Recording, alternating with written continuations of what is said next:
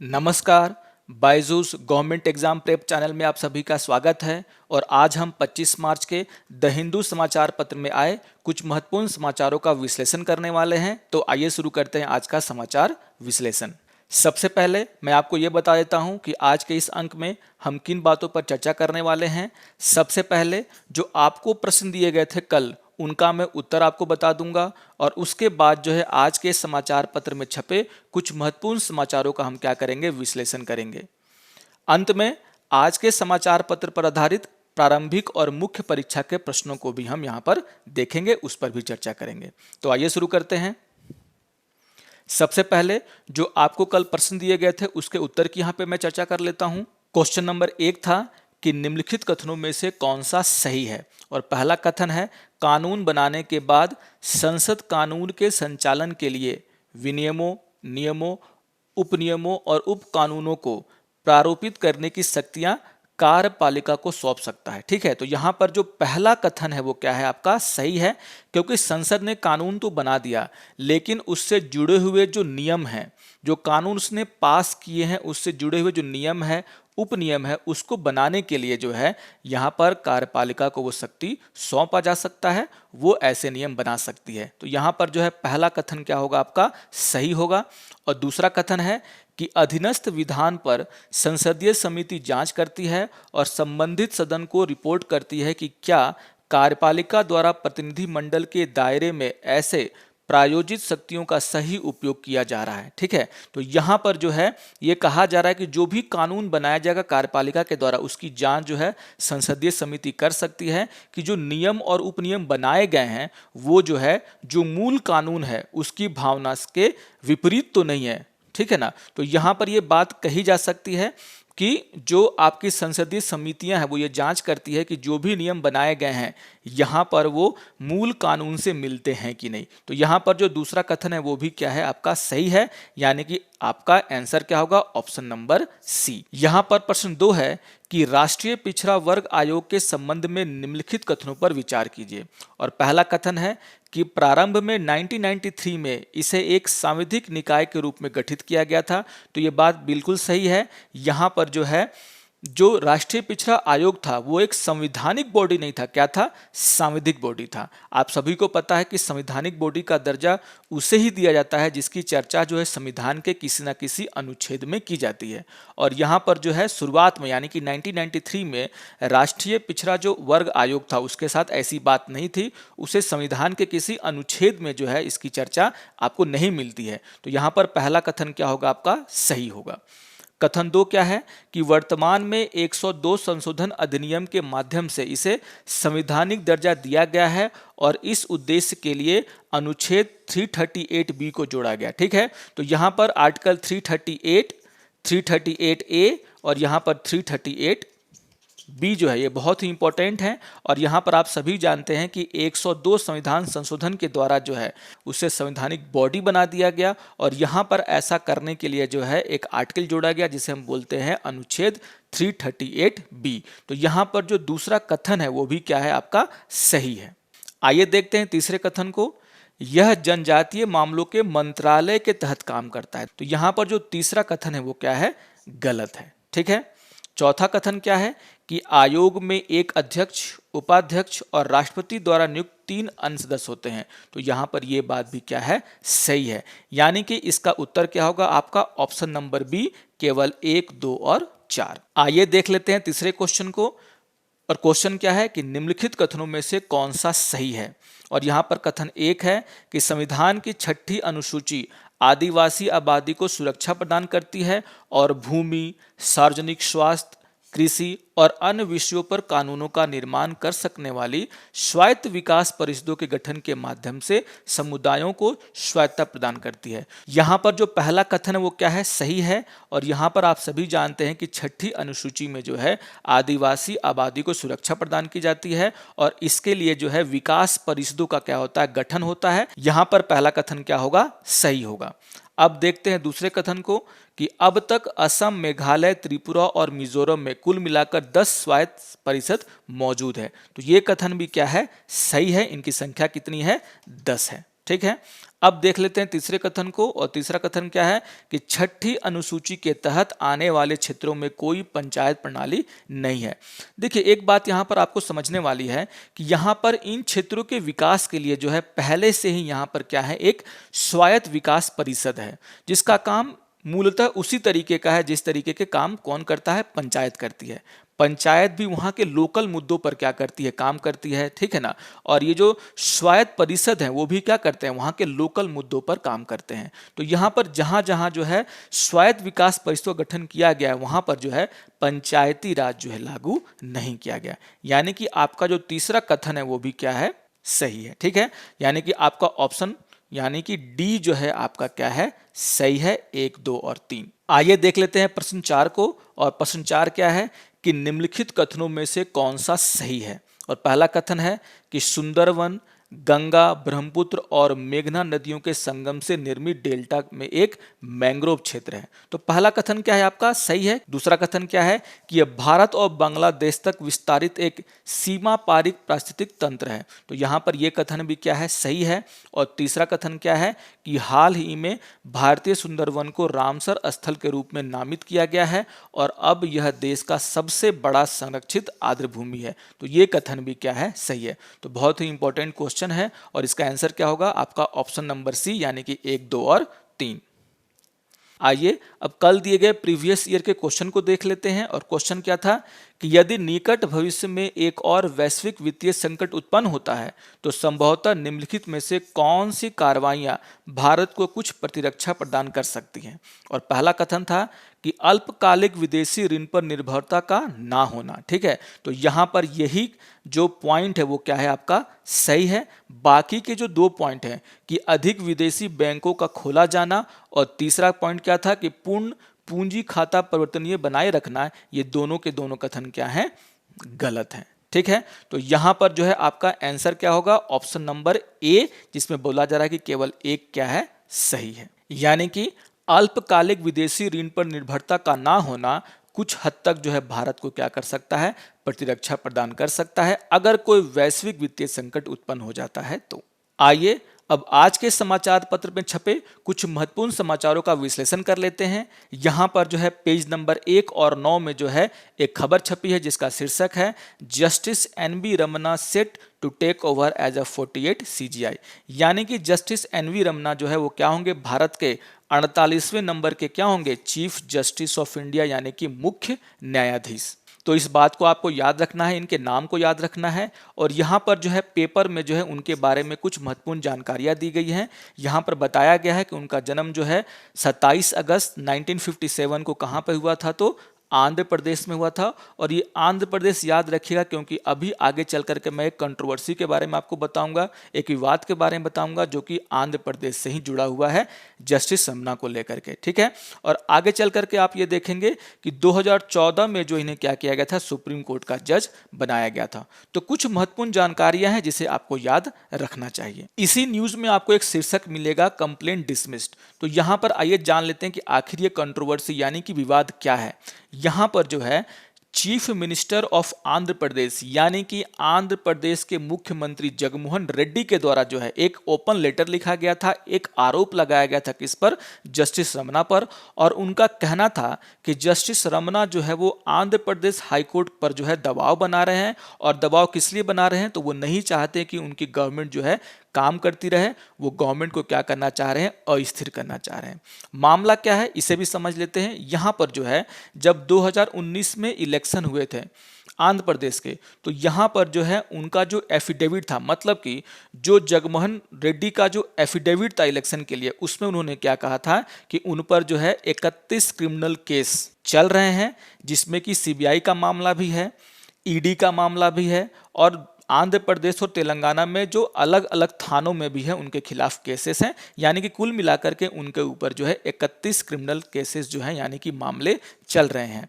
यहाँ पर मैं आपको याद दिलाना चाहता हूँ कि जस्टिस रमन्ना की एक खंडपीठ थी, वो एक बेंच के क्या थे, हेड थे। और उस खंडपीठ ने ये कहा था कि जो भी मामले चल रहे हैं भारत की राजनेताओं के खिलाफ, चाहे वो लोकसभा के मेंबर हों, चाहे वो राज्यसभा के मेंबर हों, चाहे वो विधान सभा के मेंबर हों, उनके खिलाफ जो भी मामले चल रहे हैं कोर्ट में उनका निपटारा जल्द से जल्द हो जाना चाहिए। और ऐसा कहने के बाद ही जो है आंध्र प्रदेश के चीफ मिनिस्टर के द्वारा 6 अक्टूबर को जो है क्या किया गया, एक तरीके से ओपन लेटर लिखा गया और ये आरोप लगाया गया कि जस्टिस रमन्ना क्या कर रहे हैं, उनकी सरकार को अस्थिर करने का प्रयास कर रहे हैं, आंध्र प्रदेश हाई कोर्ट पर क्या बना रहे हैं, दबाव बना रहे हैं। यहां पर जो उनके द्वारा आरोप लगाए गए हैं, आप सभी जानते हैं कि इन आरोपों की जांच जो है वो सीबीआई पुलिस के द्वारा नहीं की जा सकती। इसकी जांच कौन करेगा, तो यहां पर जो है सुप्रीम कोर्ट के द्वारा ही क्या होगी, इन आरोपों की जांच होगी। देखिए यहां पर जो है 2 आर्टिकल आपको याद रखने की जरूरत है। एक है आपका अनुच्छेद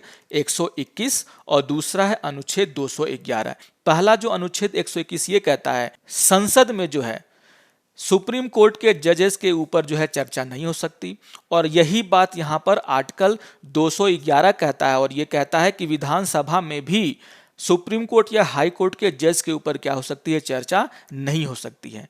यहां पर जो है ये बात भी कहा गया है कि अगर आप पब्लिकली यानी कि ओपनली अगर आप किसी भी जज पर आरोप लगा रहे हैं तो यहां पर कोर्ट के द्वारा क्या हो सकता है, कंटेम्प्ट ऑफ कोर्ट यानी कि कोर्ट की अवमानना का केस भी आपके ऊपर चलाया जा सकता है। उसके बारे में भी चर्चा करेंगे, लेकिन पहले चर्चा कर लेते हैं चीफ मिनिस्टर के द्वारा लगाए गए आरोपों का क्या हुआ। तो यहां पर जो है उनके द्वारा जो लगाए गए आरोप है उसकी जांच जो है सुप्रीम कोर्ट के द्वारा की गई। यहां पर मैं आपको एक प्रोसेस बता देता हूं कि अगर किसी भी जज के ऊपर कोई आरोप लगाए जाते हैं, खास करके सुप्रीम कोर्ट और हाई कोर्ट के जज के ऊपर, तो उसकी जांच जो है वो प्रथम दृष्टि में जो है पुलिस के द्वारा या फिर सीबीआई या कुछ दूसरी जांच एजेंसियों के द्वारा नहीं की जाती है। उसकी जांच जो है किसके द्वारा की जाती है, खुद उस कोर्ट के द्वारा की जाती है। यहां पर मामला का है, सुप्रीम कोर्ट का है, क्योंकि ये क्या थे, सुप्रीम कोर्ट के जज। तो यहां पर जो है 3 मेंबर कमेटी बनाई गई और ये तीनों के तीनों जो मेंबर हैं, वो सदस्य हैं, वो क्या होंगे, सुप्रीम कोर्ट के जज होंगे। यानी कि सुप्रीम कोर्ट के 3 जजेस का एक कमेटी बनाया गया और इस कमेटी के द्वारा क्या किया गया, इस आरोप की जांच की गई और यहां पर यह पाया गया कि ये जो आरोप लगाए जा रहे हैं चीफ मिनिस्टर के द्वारा वो सही नहीं है। इसे ही कहा जा रहा है कि इन हाउस प्रोसीड्योर में जो है उन पर जो आरोप लगाए गए थे, यानी कि जस्टिस रमन्ना पर जो आरोप लगाए गए थे उसे सुप्रीम कोर्ट ने क्या कर दिया है, खारिज कर दिया है। ठीक है, तो यहां पर जो भी कंप्लेन किया गया था उनके ऊपर, उसे क्या किया गया है, सुप्रीम कोर्ट के इन हाउस जो कमिटी बनाई गई थी, मतलब उनके जो घर की जो कमिटी थी यानी कि सुप्रीम कोर्ट की जो कमिटी थी, उसके द्वारा जो है इस मामले को खारिज कर दिया गया है और अब उनका चीफ जस्टिस ऑफ इंडिया बनने का जो रास्ता है वो क्या हो गया है, साफ हो गया है। यहां पर जैसा कि मैंने आपको कहा कि किसी व्यक्ति के द्वारा अगर उच्चतम न्यायालय के न्यायाधीश के खिलाफ जो है कोई बात कही जाती है और अगर वो सही नहीं पाया जाता है तो क्या हो सकता है, उस व्यक्ति के खिलाफ कंटेम्प्ट ऑफ कोर्ट यानी कि कोर्ट की अवमानना का जो है मामला चलाया जा सकता है।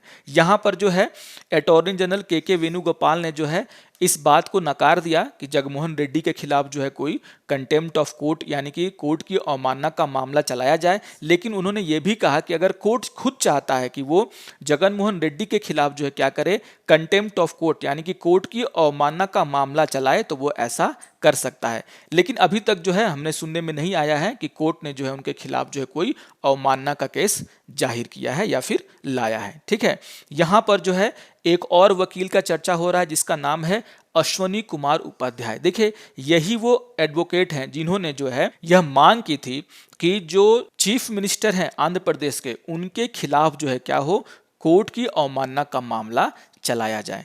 देखिए हमारे देश में जो है बहुत सारे राजनेताओं के खिलाफ जो है बहुत सारे मामले पेंडिंग हैं, वो चल रहे हैं और यहाँ पर जो है इन वकील के द्वारा भी जो है, जिनका नाम अश्वनी कुमार उपाध्याय, उनके द्वारा भी यह कोशिश की जा रही है कि इन जो मामले हैं उनका जल्दी से जल्दी निपटारा हो सके। तो यहाँ पर जो है इस न्यूज़ के साथ आपको जो है ये जो कंट्रोवर्सी है उसे भी जानने की जरूरत है और बहुत ही इंपॉर्टेंट बातें यहाँ पर खुल करके सामने आ गई हैं। आइए बढ़ते हैं अपने अगले समाचार की तरफ और यहाँ पर पेज नंबर 7 में एक एडिटोरियल आया है जिसका शीर्षक है वाटर द लूमिंग फ्रंटियर। यहाँ पर जो इसका दूसरा लाइन है वो बहुत ही इंपॉर्टेंट है और वो क्या कहता है कि there are only 2 unpolluted fresh water source left in the country which we must conserve and use. यानी कि इसके द्वारा ये बताया जा रहा है कि हमारे देश में सिर्फ 2 ऐसे पानी के स्रोत हैं जो कि क्या है, अभी तक प्रदूषित नहीं हुए हैं और इन स्रोतों को हमें क्या करना है, बचा कर रखना है भविष्य में यूज करने के लिए। तो आइए देख लेते हैं कि इस एडिटोरियल में कौन कौन सी ऐसी बातें हैं जो हमारे एग्जाम के लिए महत्वपूर्ण हो सकती हैं। यहाँ पर नीति आयोग के रिपोर्ट का जिक्र किया गया है जो ये कहता है कि भारत का लगभग 70% से अधिक सतह और भूजल जो है क्या हो चुका है, प्रदूषित हो चुका है और उसमें जो है वायरस होने की संभावना भी है। आइए देख लेते हैं कि एडिटोरियल के लेखक के द्वारा कौन कौन सी महत्वपूर्ण बातें यहाँ पर कही गई हैं। यहाँ पर जो है पहले ही खंड में आपको ये देखने को मिलेगा कि उन्होंने जो है इंग्लैंड, वेल्स और स्कॉटलैंड का जिक्र किया है। और यहाँ पर क्या हुआ, तो यहाँ पर जो है वहाँ पर जो वेस्ट वाटर है, यानी कि जो नालियों के जो वाटर होते हैं, जो गंदे जल होते हैं, जो मनुष्य द्वारा यूज किए हुए जो जल होते हैं, उसका सैंपल लिया गया और जब उसको टेस्ट किया गया तो पाया गया कि उन जल में जो है क्या है, सार्स कोवी 2 यानी कि कोरोना वायरस पाए गए हैं। यहाँ पर जो है सिडनी का भी जिक्र किया गया और कहा गया कि सिडनी में भी ऐसा ही जब टेस्ट किया गया तो वहां पर भी जो पानी है उसके सैंपल में क्या पाया गया, कोरोना वायरस। ठीक है, तो यहां पर जो है यूनिवर्सिटी ऑफ स्टर्लिंग स्कॉटलैंड का भी जिक्र किया गया है जो ये कहता है कि गंदे पानी के द्वारा जो है कोरोना वायरस जो है फैल सकता है। तो यहाँ पर शुरुआत में ये बताने की कोशिश की गई है किस तरीके से जो जल प्रदूषण है वो भी कोरोना वायरस को फैला सकता है। और यहाँ पर इंडिया का जिक्र करते हुए कहा गया कि भारत में ये सिचुएशन जो है बहुत ही गंभीर हो सकती है। देखिए हमारे देश में क्या होता है कि जो भी नाली के जो पानी होते हैं वो सीधे जो है रिवर में क्या होते हैं, डाल दिए जाते हैं और यहाँ पर जो है प्रदूषण जो है वो भारी मात्रा में फैलता है। क्योंकि आप सभी जानते हैं कि नदियों के पानी को, इन तालाब के पानी को डायरेक्टली जो है हमारे द्वारा यूज़ किया जाता है। तो ये पूरी की पूरी संभावना है कि अगर इसमें कहीं से भी कोरोना के वायरस पहुंच जाते हैं तो ये बहुत ही तेजी से जो है लोगों तक फैल जाएंगे, लोगों तक पहुंच जाएंगे। यहाँ पर यह कहा गया है कि क्या अगर ऐसा होता है तो इससे निपटने के लिए हम तैयार हैं, are we prepared for this. तो यहाँ पर यह कहा गया है कि बिल्कुल नहीं, भारत जो है इससे निपटने के लिए तैयार नहीं है। यहाँ पर जो है प्रधानमंत्री के द्वारा शुरू किए गए नल से जल स्कीम का भी जिक्र किया गया है और कहा गया है कि बिना सोचे समझे भारत में जो है जल का जो है क्वालिटी इतना खराब है, इसको बिना ध्यान में रखे जो है एक योजना शुरू कर दी गई जिसका नाम क्या है, नल से जल, जिसमें जो है 3 लाख करोड़ क्या होंगे, खर्च होंगे। और यहाँ पर यह कहा जा रहा है कि 2024 तक गांव में जो रहने वाले लोग हैं उनके घरों में जो है नल से पानी पहुंचा दिया जाएगा। लेकिन यहां पर यह कहा जा रहा है कि चूंकि भारत में जो भी वाटर सोर्सेस है, जहां पर हमारे जल के स्रोत है वो क्या हो चुके हैं, प्रदूषित हो चुके हैं, तो यहां पर इसको साफ करने के लिए रिवर्स ऑस्मोसिस का यूज करना चाहिए। लेकिन यहां पर यह भी बताया गया है कि जो आरओ जो है वो एक तरीके से बैक्टीरिया और वायरस को तो मारता है, लेकिन इसके साथ साथ जल में जो मौजूद जो मिनरल्स हैं जो कि हमारे शरीर के विकास के लिए जरूरी है उनको भी क्या कर सकता है, खत्म कर देता है। तो यहाँ पर दूसरी बात कही गई है अल्ट्रा वायलेट एक्वागार्ड ट्रीटमेंट की, लेकिन ये जो ट्रीटमेंट है वो क्या होता है, बहुत ही कॉस्टली होता है। तो यहाँ पर ये कहा जा रहा है कि भारत के पास जो है इससे लड़ने के लिए जो है पर्याप्त साधन नहीं है। यहाँ पर जो है इसके उपाय की ही बात की गई है और कहा गया है कि भारत में जो है ऐसे 2 क्षेत्र अभी बाकी हैं, 2 जल के स्रोत अभी बाकी हैं जो कि क्या है, प्रदूषित नहीं हुए हैं। और वो कौन कौन से हैं, एक तो यहाँ पर कहा जा रहा है कि जो जंगल के नीचे जो पाया जाने वाला जो भूजल है वो क्या है, अभी तक प्रदूषित नहीं हुआ है। और दूसरा नदियों का जो बाढ़ क्षेत्र है उसके नीचे जो पानी है वो भी क्या है, अभी तक प्रदूषित नहीं हुआ है। यानी कि 2 क्षेत्रों का यहाँ पर जिक्र किया गया है और कहा गया कि ये दोनों जो क्षेत्र हैं, जो दोनों जो स्रोत हैं वो एक तरीके से अभी भी जो है प्रदूषित नहीं हुए हैं। यहाँ पर ये कहा जा रहा है कि नदियों के बाढ़ क्षेत्र के नीचे पाया जाने वाला जो जल है उसका हम यूज कर सकते हैं और नगरों में, शहरों में जो है इसके द्वारा पानी जो है पहुंचा सकते हैं। यहाँ पर इस बात का भी जिक्र किया गया है कि जंगल के नीचे पाए जाने वाले जल और नदियों के जो बाढ़ क्षेत्र में पाए जाने वाले जल को बचाने की जरूरत है। इन्हें जो है आप क्या डिक्लेयर कर सकते हैं, वाटर सेंचुरी। ऐसा इसलिए कहा जा रहा है कि ये भी जो है अधिक दोहन का शिकार ना हो जाए और यहाँ पर जो है कहीं मानव के द्वारा जो है, लोगों के द्वारा जो है इन्हें भी गंदा ना कर दिया जाए। तो यहाँ पर जो एक बहुत ही इंपॉर्टेंट मुद्दा उठाया गया है इस एडिटोरियल में, यानी कि जल का मुद्दा, जो कि हमारे भविष्य के लिए क्या है, बहुत ही जरूरी है। आइए अब एक और न्यूज़ की चर्चा कर लेते हैं जो कि पेज नंबर 6 पर दिया गया है, जिसका शीर्षक है प्रैक्टिकल एब्सटेंशन। आप सभी को पता है कि United nation human right council में जो है श्रीलंका को लेकर के जो है क्या हुई, चर्चा हुई और उस पर वोटिंग हुआ, उसके लिए खिलाफ एक रेजोल्यूशन लाया गया था। और यहाँ पर जो है जब वोटिंग हुई तो भारत क्या है उसमें उपस्थित नहीं रहा, वो एब्सेंट कर गया। यहाँ पर जो है उसी को मुद्दा बनाया गया है और यह समझाने की कोशिश की गई है कि आखिर भारत ने ऐसा कदम क्यों उठाया और इस कदम से भारत को क्या नुकसान और नफा हो सकता है। यहाँ पर जैसा कि हम सभी जानते हैं, इससे पहले भी मैंने इस पर चर्चा की और कहा है कि भारत और श्रीलंका क्या है, पड़ोसी देश हैं। तो जिस तरीके से दुनिया के बाकी देश जो है श्रीलंका को लेकर सोचते हैं, उस तरीके से भारत नहीं सोच सकता, क्योंकि हमें जो है अपने पड़ोसियों से अपने रिश्तों को भी क्या करना है, सुधारना है, बनाकर रखना है। यहाँ पर जो है चाइना का भी नाम लिया गया और कहा गया है कि किस तरीके से चाइना ने जो है श्रीलंका पर अपनी मौजूदगी बढ़ाने के लिए जो है उसके पक्ष में जो है क्या किया, वोट दिया। और यहाँ पर अगर जो है भारत श्रीलंका के विपक्ष में वोट कर देता तो यहाँ पर चाइना को जो है एक और मौका मिल जाता कि वो श्रीलंका के और करीब जाए और भारत को दूर कर दे। तो इन सभी बातों का यहाँ पर जिक्र किया गया है। यहाँ पर यह भी जिक्र किया गया है कि किस तरीके से जो है भारत तमिलों के अधिकार को लेकर के बहुत ही सजग है। यहाँ पर जो है श्रीलंका के पक्ष में जो है वोटिंग ना करके भारत ने यह भी बताया है कि जो रिपोर्ट में कहा गया, यानी कि जो संयुक्त राष्ट्र की रिपोर्ट में कहा गया है कि वहां पर जो है तमिलों के खिलाफ जो है अत्याचार बढ़ रहा है, वहां पर उनके विरोध में बयानबाजी बढ़ रही है, भारत इसे भी ध्यान में रख रहा है। और यहां पर जो है एब्सेंट होकर के, यानी कि वोटिंग से बाहर होकर के भारत ने यह भी बता दिया है कि वो भारत श्रीलंका से जो है खराब रिश्ते नहीं चाहता। आइए एक और एडिटोरियल को देख लेते हैं जिसका शीर्षक है accessing India counter to diminishing democracy. इसके ऊपर जो है लगातार पिछले दिनों भी बहुत सारी चर्चाएं की गई हैं। यहाँ पर जो है ये चर्चा कोई अलग नहीं है, यहाँ पर फिर से उसी बातों को दोहराया गया है कि किस तरीके से जो एक रिपोर्ट आई और उसमें जो है भारत की डेमोक्रेसी को, भारत के लोकतंत्र को जो है ये बताया गया कि वहाँ पर लोकतंत्र जो है घट रहा है, उसमें कमी आई है, उसको जो है किस तरीके से भारत जो है क्या करे, अपने पक्ष में करे, उसको काउंटर करे, उसी की यहाँ पर फिर से चर्चा की गई है। तो यहाँ पर जो है मुख्यतः 3 बातें कही गई हैं। यहाँ पर यह कहा गया है कि जिस तरीके से भारत के खिलाफ जो है लोकतंत्र की यहाँ पर जो है घटने की बात कही जा रही है दूसरे देशों के द्वारा है, भारत को जो है उसका क्या करना चाहिए, बहुत ही पुरजोर तरीके से विरोध करना चाहिए। और एक तरीके से भारत ने ऐसा कर भी दिया है जब 15 मार्च को जो है राज्यसभा में जो ये कहा गया कि अगर भारत जो है यूनाइटेड किंगडम के जो है जो जातिवाद को लेकर के वहाँ जो विरोध होते हैं, वहाँ जो कानून है, वहाँ जो स्थिति, उस पर अगर चर्चा करे तो ये कैसा होगा।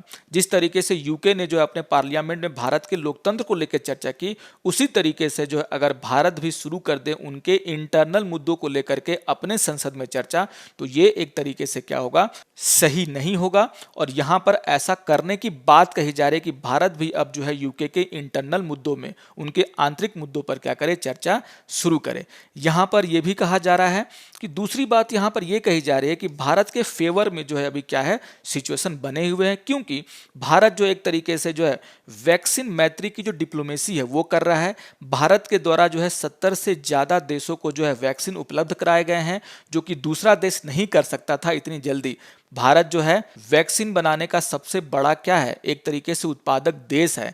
और यहाँ पर जो है भारत ने अपनी जिम्मेदारियों को निभाते हुए दुनिया के तमाम गरीब देशों को क्या किए हैं, वैक्सीन उपलब्ध कराए हैं। तो यहाँ पर यह कहा जा रहा है कि भारत के जो है पक्ष में जो अभी माहौल है और भारत को जो है इसका यूज करना चाहिए, इसका इस्तेमाल करना चाहिए और ये बताना चाहिए कि भारत में अभी भी डेमोक्रेसी क्या है, जिंदा है और भारत में डेमोक्रेसी में कोई भी कमी नहीं आई है। आइए अब कुछ और न्यूज को देख लेते हैं जिन पर आज के प्रारंभिक परीक्षा के प्रश्न बनाए गए हैं। तो यहाँ पर एक न्यूज आई है पेज नंबर 1 में, जिसका शीर्षक है double mutant virus variant found. तो यहाँ पर जो है भारत के लिए जो एक बहुत ही बुरी खबर है, एक तरीके से बहुत ही खतरनाक खबर भी हो सकती है, क्योंकि भारत में पहली बार जो है कोरोना वायरस में म्यूटेशन पाया गया है और यहाँ पर उसके 2 वेरिएंट की चर्चा की गई, जिसका नाम है E484Q और दूसरा है L452R।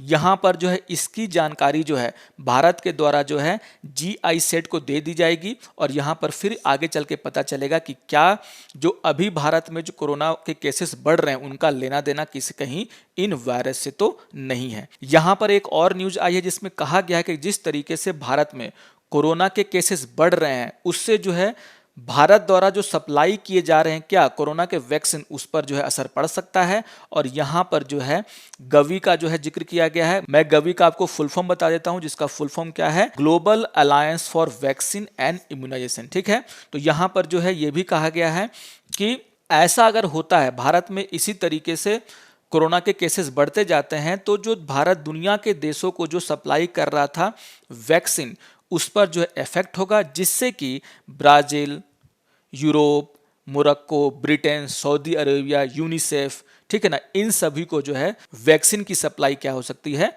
रुक सकती है। आइए अब इसी न्यूज पर आधारित एक क्वेश्चन को देख लेते हैं। और क्वेश्चन नंबर 1 क्या है कि निम्नलिखित कथनों में से कौन सा सही है। और पहला कथन है, कोवैक्स एक वैश्विक पहल है जिसका उद्देश्य यूनिसेफ, गवी, WHO और अन्य के नेतृत्व में कोविड-19 टीकों तक समान पहुंच सुनिश्चित करना है। दूसरा कथन है, गरीब देशों की टीकाकरण तक पहुंच बढ़ाने के लक्ष्य के साथ गवी एक सार्वजनिक निजी वैश्विक स्वास्थ्य साझेदारी है।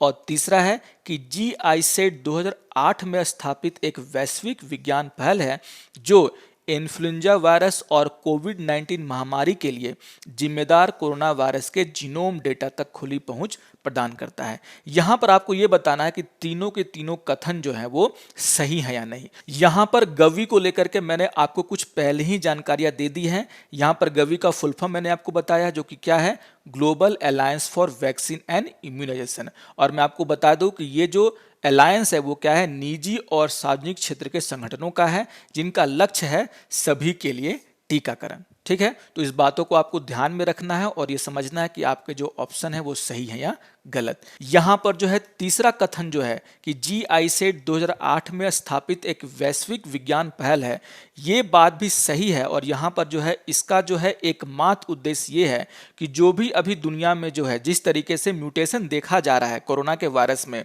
तो जानकारियों को जो है एक दूसरे के देश में क्या करना, साझा करना, ताकि जो है एक दूसरे देश समझ पाए कि किस तरीके से दूसरे देशों में जो है कोरोना वायरस में म्यूटेशन हो रहा है। आइए अब एक और न्यूज को देख लेते हैं जिसका शीर्षक है GST no discretion only formula.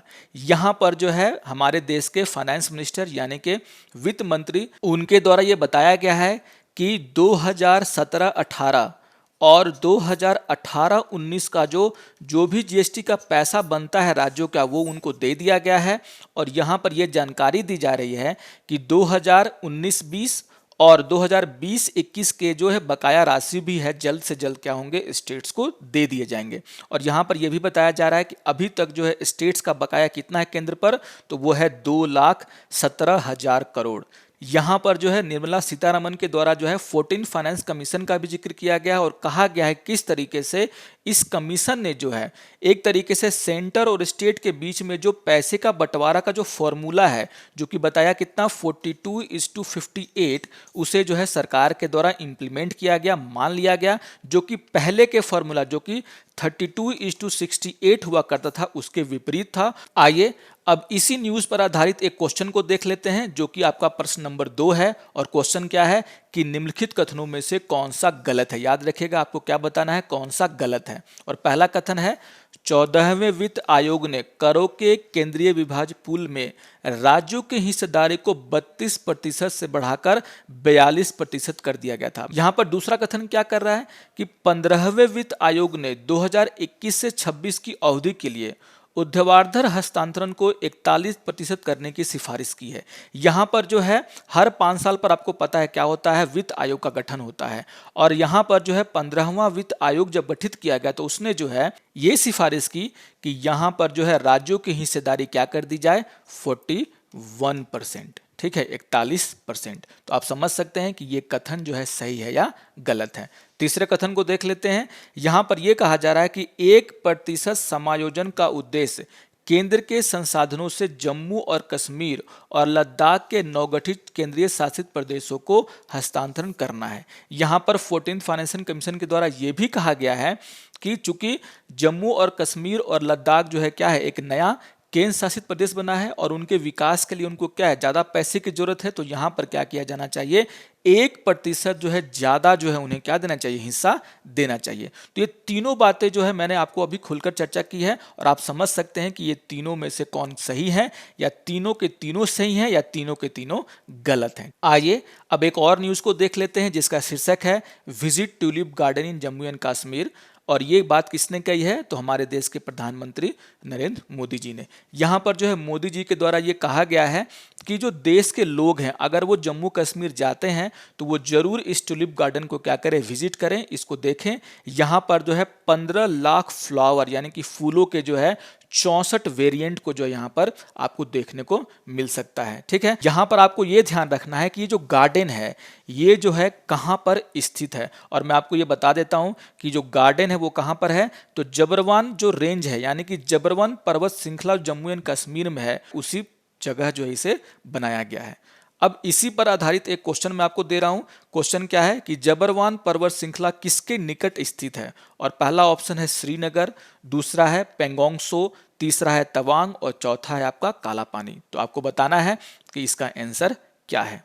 आइए आज के समाचार पत्र में छपे एक और इंपॉर्टेंट न्यूज को देख लेते हैं, और न्यूज क्या है कि dams in Jammu and Kashmir complain with treaty. यहां पर यह कहा गया है भारत के द्वारा। देखिए आपको पता होगा कि यहां पर जो है भारत और पाकिस्तान के बीच में जो है सिंधु जल समझौता है, और यहां पर जो है उसकी 116वीं बैठक हुई है इंडस कमीशन की, यानी कि सिंधु जल समझौते के अनुसार जो है भारत और पाकिस्तान के बीच में जो है 116वीं जो है बैठक हुई है। और यहाँ पर भारत के द्वारा ये कहा गया है कि पकल डल जो परियोजना है और कलनी हाइड्रो पावर जो प्रोजेक्ट है वो किसी भी तरीके से इंडस जल ट्रीटी यानी कि सिंधु जल समझौते का क्या है, उल्लंघन नहीं है। भारत जो है इसका उल्लंघन नहीं कर रहा है। आइए अब इसी पर आधारित क्वेश्चन नंबर 4 को देख लेते हैं, और क्वेश्चन नंबर 4 क्या है कि निम्नलिखित कथनों में से कौन से सही है। और पहला कथन क्या है कि पकलडल बांध चिनाव की सहायक नदी मरुसदार नदी पर बनाया जा रहा है। दूसरा कथन है कि बांध का प्राथमिक उद्देश्य पन बिजली उत्पादन करना है। और तीसरा कथन है पाकिस्तान ने सिंधु जल समझौते की शर्तों के तहत इस पर विवाद खड़ा किया है। आइए अब एक प्रीवियस ईयर के क्वेश्चन को देख लेते हैं जो कि 2020 के एग्जाम में आया था, और प्रश्न है कि निम्नलिखित कथनों पर विचार कीजिए। और कथन एक है कि सभी प्रकार के अनाजों, दालों और तेलीय बीजों के मामले में भारत के किसी भी राज्य, केंद्र शासित प्रदेश में न्यूनतम समर्थन मूल्य पर असीमित खरीद की जा सकती है। ठीक है, पहला कथन ये है। और दूसरा है अनाजों और दालों के मामले में किसी भी राज्य, केंद्र शासित प्रदेश में एमएसपी का निर्धारण एक स्तर पर किया जाता है जिसके ऊपर बाजार मूल्य कभी नहीं बढ़ेगा। तो यहाँ पर जो है आपको इन दोनों कथनों को पढ़कर यह बताना है कि इन दोनों कथनों में कौन से सही हैं। तो यहाँ पर एमएसपी की बात की जा रही है और असीमित खरीदारी की बात की जा रही है। आइए अब आज के समाचार पत्र पर आधारित मुख्य परीक्षा के प्रश्नों को देख लेते हैं। और पहला प्रश्न है कि भारत में मुख्य न्यायाधीश की नियुक्ति प्रक्रिया पर एक नोट लिखें। यहाँ पर जो है आपको ये बताना है कि भारत में जो है न्यायाधीशों की नियुक्ति कैसे होती है और उसमें क्या क्या खामियां हैं, अगर आपको लगता है कि उसमें खामियां हैं तो, और ये भी बताना है कि उस खामियों को आप दूर कैसे कर सकते हैं। तो यहाँ पर आप भूमिका में ये बता सकते हैं कि भारत में जो है संविधान सर्वोपरि है और संविधान की रक्षा करने का जो मेन जो है जो ड्यूटी है एक तरीके से वो किसके ऊपर है, न्यायपालिका के ऊपर है। ठीक है, तो यहाँ पर जो है भारत में संविधान की रक्षा हेतु न्यायपालिका की जरूरत का आप जिक्र कर सकते हैं, और मुख्य भाग में आप ये बता सकते हैं किस तरीके से भारत में जो है न्यायाधीशों की नियुक्ति होती है। और आप ये बता सकते हैं कि अगर इस प्रक्रिया में आपको लगता है कि कोई खामी है तो आप उसका जिक्र कीजिए और ये बताइए कि उनको दूर करने के क्या उपाय हैं। यहाँ पर दूसरा क्वेश्चन है श्रीलंका के खिलाफ यूएनएचआरसी में वोट से परहेज करने का भारत का निर्णय एक राजनीतिक निर्णय था, समीक्षा करें।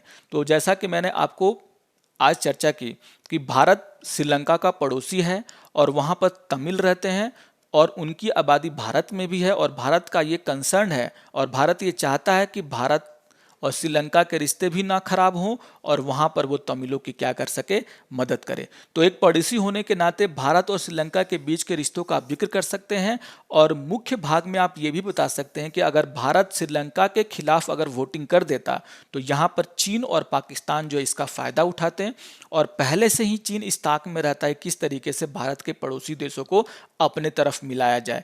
यहाँ पर जो है आप इस बात की भी चर्चा कर सकते हैं कि भारत जो है दोस्ती बना करके जो है वहाँ पर रह रहे तमिलों की जो है मदद करना चाहता है, एक उनके फ्यूचर को क्या करना चाहता है, संवारना चाहता है। तो यहाँ पर इन सभी का जिक्र करके आप क्या कर सकते हैं, उत्तर की संरचना कर सकते हैं। आशा करता हूँ कि आपको आज का अंक समझ में आया होगा। अगर आपको ये वीडियो अच्छा लगा तो उसे लाइक करें, शेयर करें और जो भी प्रश्न मैंने आपको दिए हैं उसका कमेंट जो है कमेंट बॉक्स में करें।